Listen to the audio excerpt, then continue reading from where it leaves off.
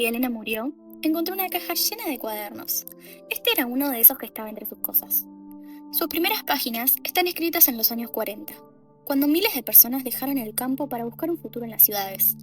La industrialización transformaba a la Argentina en la época de la ICI, entre fábricas y chimeneas, pero todavía había quienes trabajaban sin ser reconocidos. Al principio, pensé que se trataba de un cuaderno con recuerdos familiares como cualquiera, pero cuando comencé a leer, entendí que en realidad estaba leyendo la historia de un país.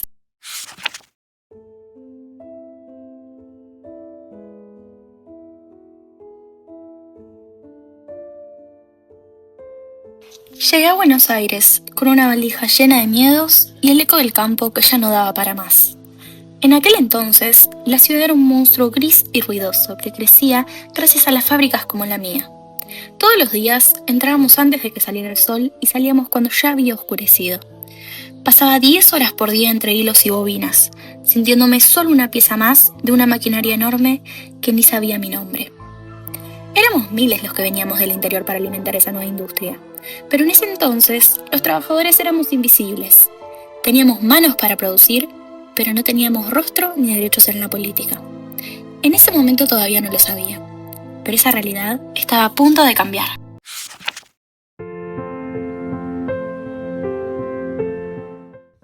Cuando llegó Perón, todo cambió.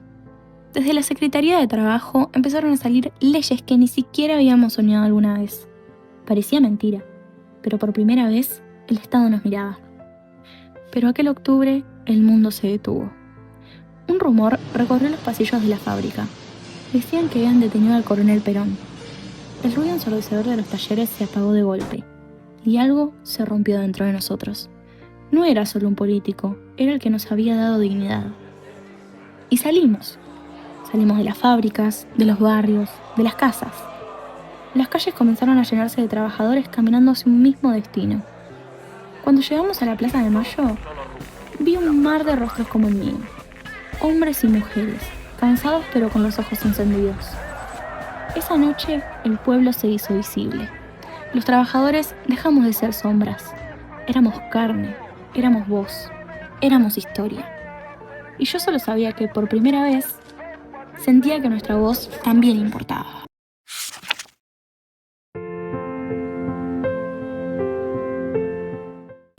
Después de aquella plaza, mi vida empezó a cambiar de verdad. Parecía un sueño. Ya no vivíamos solamente para trabajar. Poco a poco llegaron derechos que antes parecían imposibles. El salario alcanzaba un poco más. Nuestra casa dejó de ser un sueño lejano y comenzó a sentirse como un verdadero hogar. Y con las vacaciones pagas pudimos conocer el mar. Y un día sostuve una boleta entre mis manos por primera vez. Pude votar.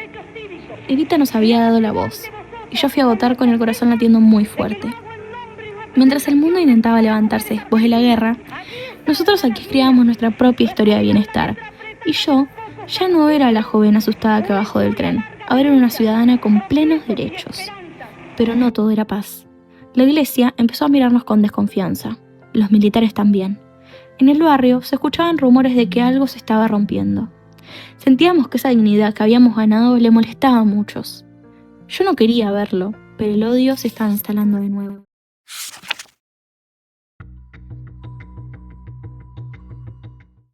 Los años pasaban, y aunque nuestra vida había cambiado, el mundo no dejaba de dar noticias que parecían sacadas de una pesadilla. Mientras nosotros construíamos una Argentina más justa, allá afuera las grandes potencias se miraban con desconfianza. Estados Unidos y la Unión Soviética, dos gigantes que habían sido aliados, ahora se enfrentaban en una guerra que no era de balas, sino que de ideas. Berlín fue partida en medio por una cortina de hierro, que parecía querer separar no solo a los alemanes, sino a toda la humanidad. En la radio escuchábamos sobre la bomba atómica, que había demostrado que la humanidad podría destruirse a sí misma. Pero también nacían organizaciones como las Naciones Unidas, con la esperanza de evitar otra tragedia como la que acababa de vivir el mundo. Yo seguía trabajando en la fábrica, pero entendí que, aunque pareciera lejana, esa historia también llegaba hasta nosotros. Argentina ya no estaba aislada. Perón decía que éramos una tercera vía, ni capitalista ni comunista. Pero yo me preguntaba, ¿era posible ser neutral en un mundo que te obliga a elegir?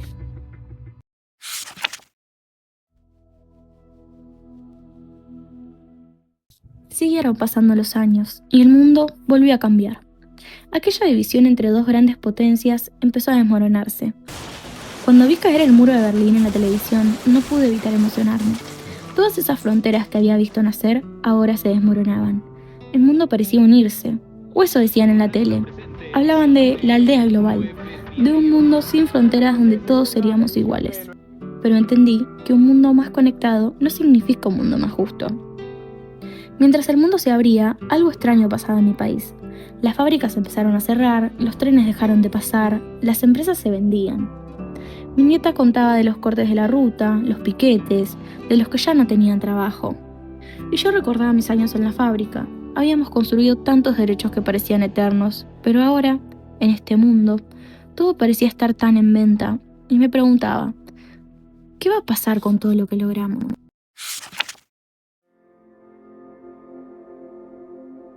Escribo estas líneas con el pulso tembloroso.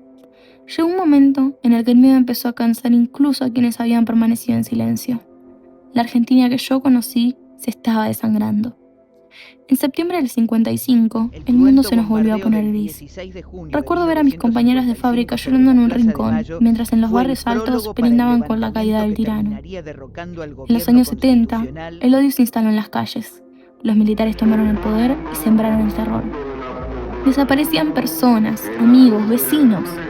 Nadie sabía nada, pero todos lo sabíamos todo. Era un silencio que pesaba más que las bombas. Después vino Malvinas, una guerra absurda, lejos de casa, para tapar la miseria. La derrota dejó al país golpeado y obligó a la dictadura a abandonar el poder. Después de tantos años oscuros, volvió la democracia. Con Alfonsín, por primera vez los genocidas fueron juzgados. Fue un momento de luz, pero esta se apagó rápido. La plata se fue, las fábricas cerraron, la inflación devoró todo. Menem llegó con una promesa de modernizar, pero lo que hizo fue vender al país. Y después, el corralito, el argentinazo, que se vayan todos. Yo ya era vieja, pero no era ciega. Fue como si el país se hubiera olvidado de golpe todo lo que nos costó construir nuestra dignidad.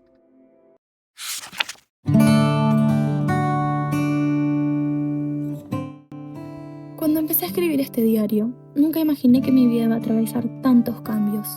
Hoy, al cerrarlo, sé que fui parte de algo más grande. Fui parte de un país que quiso ser mejor, que lo intentó, que se equivocó y que sufrió, pero que nunca dejó de soñar. Mi vida fue la historia de todos, de los que vinieron del campo, de los que llenaron las plazas, de los que fueron silenciados y de los que sobrevivieron. Esta historia está hecha por personas comunes. Por eso escribí esto, no para recordar el pasado con nostalgia, sino para que nunca olvidemos de dónde venimos. Porque reconocer nuestra historia nos ayuda a entender quiénes somos y nos da la oportunidad de construir un futuro mejor. Todo eso está en estas páginas. Yo ya no voy a ver lo que viene. Ahora este diario ya no me pertenece solamente a mí. También es tuyo. Andá, abrí los ojos y recordá que la lucha no termina nunca, que la dignidad no se negocia, que el amor por lo que somos, por lo que fuimos, es lo único que realmente nos queda. Cierro este diario, pero la historia continúa en tus manos. Mientras leía este diario, pensé que estaba descubriendo la historia de mi abuela, pero cuando llegué al final, entendí que también estaba descubriendo la historia de nuestro país, y de alguna manera la mía. Ella luchó por lo que quería, sufrió por lo que amaba. Su vida no fue fácil, pero fue suya, y me la dejó como un legado. No una herencia material, sino una forma de entender el mundo. Durante mucho tiempo creí que la historia eran solo fechas, nombres o acontecimientos que había que aprender. Hoy entiendo que el peronismo no es solo un nombre, que la dictadura no fue solo una fecha y que la democracia no es solo un voto. Todo eso es parte de nosotros, de lo que somos y de lo que podemos llegar a ser. Porque la historia no termina cuando uno cierra un libro. Continúa en cada decisión que tomamos, en cada generación y en cada uno de nosotros. Hoy sé que soy un hilo más de su memoria y que mi voz también importa para seguir escribiendo la historia de este país.